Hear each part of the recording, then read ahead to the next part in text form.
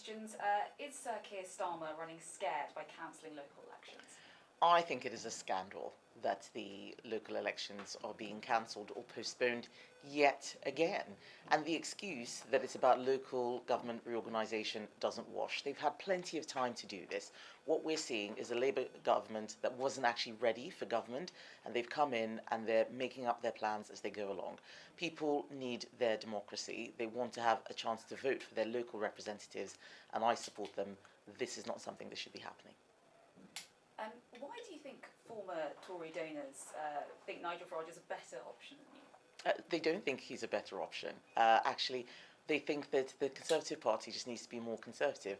And what I'm really pleased about is that throughout this year, we have been outraising the other parties. Reform has a one-off donation that's helped them in this quarter, but you look at the breadth and depth of our donors and the trend, I'm really, really pleased with the announcement today that shows that we've had our best performing quarter since I became leader. We've raised well over £14 million. Now, you've already lost 3 former MPs this week to Reform. I mean, isn't it time to agree a pact similar to the agreement that Boris Johnson struck with Nigel Farage in 2019? No, there will be no pact. Reform is a party that wants to increase benefits, just like Labour and the Lib Dems. We now have a country where we're spending so much on benefits, we're not growing anymore. The Conservative Party is the only party of fiscal responsibility. I want people to be clear when they're voting for us what they are voting for. What do you make of Richard Tice labelling Nigel Farage's accuser, Peter Tigu, as a liar? I think that's really sad. What Nigel Farage should do is just apologise. This was something that happened a long time ago. He should show that he is not the same person that he was when he was a teenager. But if he can't do that, then I think that's really sad, and people can make up their own minds about it. And do you support the rolling out of Face ID for every village, town and city in Britain?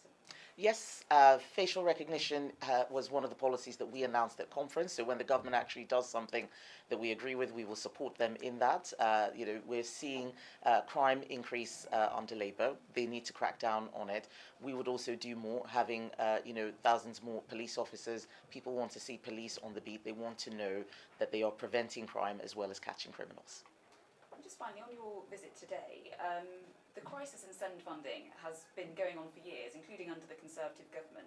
Why should the public trust that the Conservatives have an answer on this? What we have seen is that the government has lost £6 billion.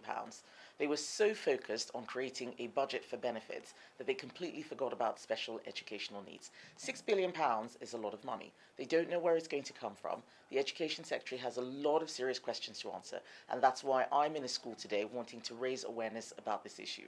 Every school in the country should be asking, where is the money for our special educational needs provision coming from? Things were not perfect under the Conservatives. I'm not pretending that they were, but we took this issue seriously. This is getting a lot worse under Labour.